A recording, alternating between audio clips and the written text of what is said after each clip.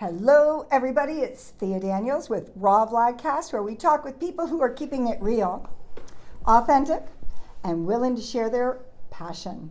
Today, I am with Lance Ozanix.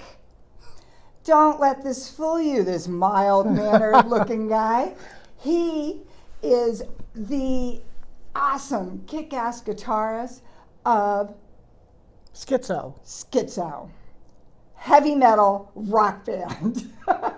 Yep. So, Lance, tell us about your badass guitar playing self. Well, I would say we're going on our 40 years of playing heavy metal. Really? SKITZO is 40? Yeah, 1981. Not bad. Wow. Yeah, 41 years actually, but 40, yeah. But I started playing music in the 70s. I was in a punk band before SKITZO called the God Awful, and we were. And it was very drug-induced rock and roll, punk rock stuff. And I didn't have growing up to where I didn't have a lot of structure. I didn't have a bedtime. It was a free-for-all, kind of like Lord of the Flies, where I grew up. So angry, I was always angry and always drunk and on drugs. So we just formed the band because it was a lot of easy access to the drugs and the alcohol. How old were you in that band? In that band, I was about 11. 11. Yeah. How old were you when you started playing the guitar? 10. You guys just started a garage band. Let's go back to 1971 when I was 6 Okay. or 5. My dad bought me this little drum set, and he was a bartender. He's a biker. I'm in a biker family, and we had a leftover saxophone from Uncle Jack, who was his brother. And he said, "Let's jam." It's like 2 in the morning or something like that. He got home from the bar. I woke up to him. I started going on drums at 2 in the morning, and he started to play saxophone, and we were not very good. And my drumstick slipped out of my hand, hit my dad in the nose.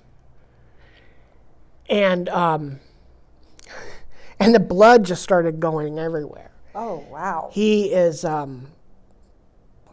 playing the sax and spraying blood on the walls everywhere. And I'm in shock, and I stopped, and he goes, keep playing. And I'm all, okay, I'm playing, and he's jamming, and it's like probably some of the most violent punk rock I've ever heard in my life, traumatizing.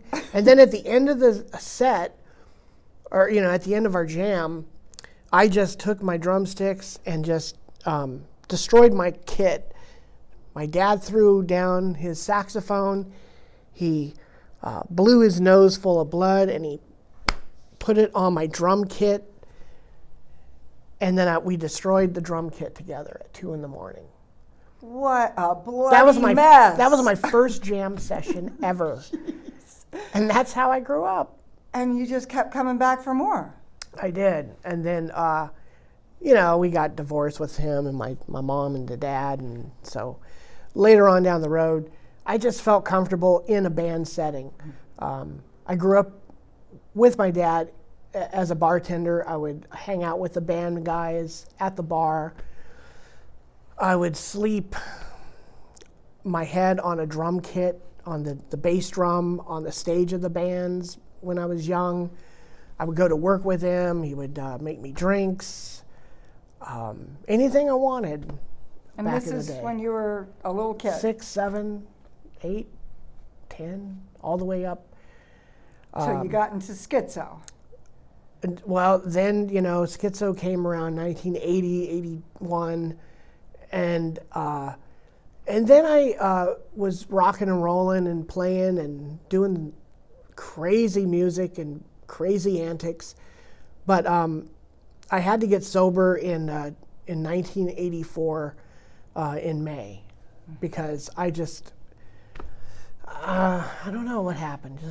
It was time. It was either, as they say, jail or death or in mental institution. I've had a good run of the drugs, so and I wanted to take my band serious, so I just focused on that for a while. So tell us a little bit about Schizo and your specialty. Oh, the green vomit type thing. Yeah, that. Well, I was about 10, and we went and saw The Exorcist. So in that movie, she spit out the green pea soup, and I was a Kiss fan, so Gene Simmons spit out blood, and so I thought, might as well combine the two, and so I did. I pretended I was kind of like possessed on stage, and I just spit out some green stuff, puking, and it turned into a lot of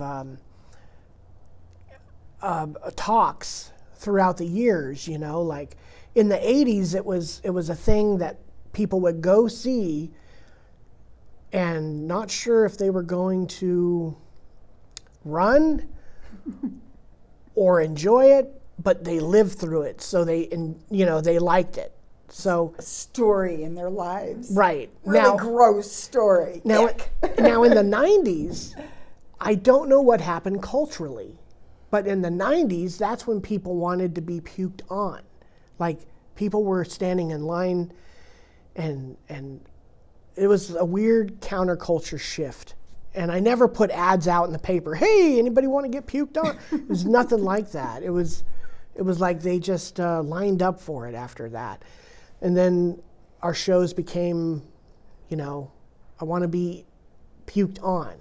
And I'm like, okay, well, someone is here to have that experience. I guess that's fine. So you're going to give it to them. Right. They're the paying public, and who am I to argue?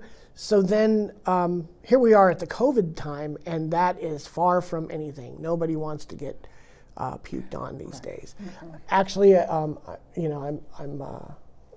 in my middle ages now, so mid-50s. So part of me is putting that type of antics to bed sometimes. Sometimes I'll bring it out. It depends if it's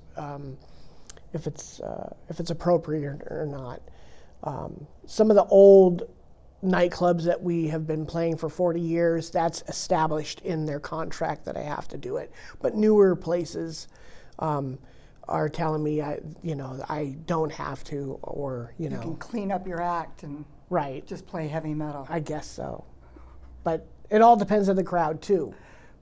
People are paying at the door to see Schizo, so sometimes there's a backlash too, and I have to. I've been known to give a free show in the back stage area for people who are a little upset, and I just got to appease the public that way too. So. Okay, got to please the public at all costs. Now, you can't catch some of these shows on YouTube.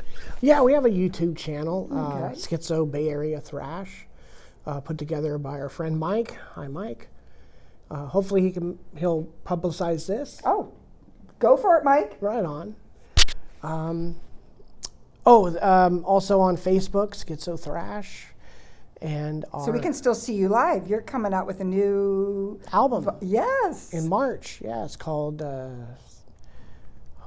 think it's called Schizo Thrash Smashing Hits. No, Thrash Slashing Hits. Sorry.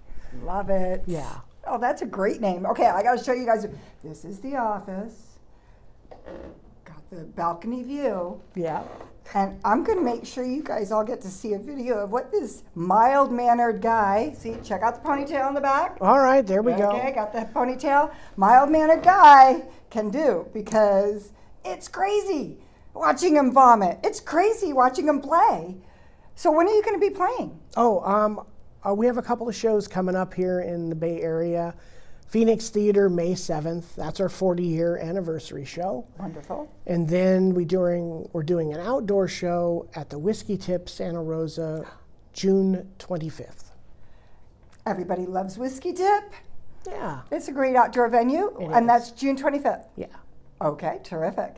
So for anybody thinking, I want to play heavy metal, or maybe they even may want to try to pass the legend on and vomit all over people, what are your words of inspiration? Well, I probably wouldn't help promote someone, doing, like a puking ban type of thing, because, You've done it. That's already. mine, That's okay. I've got the gamut on that one.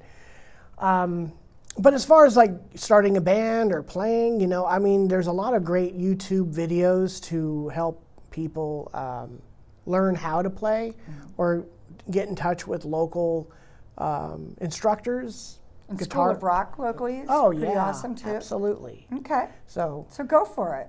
Absolutely. That's how you have to do it. I didn't have School of Rock or anything. Like you said, I just went for it. And that's what you have to do. So mild-mannered by day, but watch out by night. Right. You can live it all. Yeah, you can. Oh, that's a beautiful way to wrap this. Do I get to publish this and share you with the world? Please do. Awesome. Okay. I'd say, everybody, that is a wrap from R.A.W.Vlogcast. You want to catch more of them, check it out on YouTube, Thea Daniels. And thank you so much, Lance from SKITZO, and help me with that last name. Ozanix. Ozanix. Yes, SKITZO, www.skitzo.biz. Okay. Thank you. Check it out, everybody. Cheers. Want to do a heavy metal? No, it's I Love You. It looks like a snail, actually. Ooh. Okay, everybody. Bye.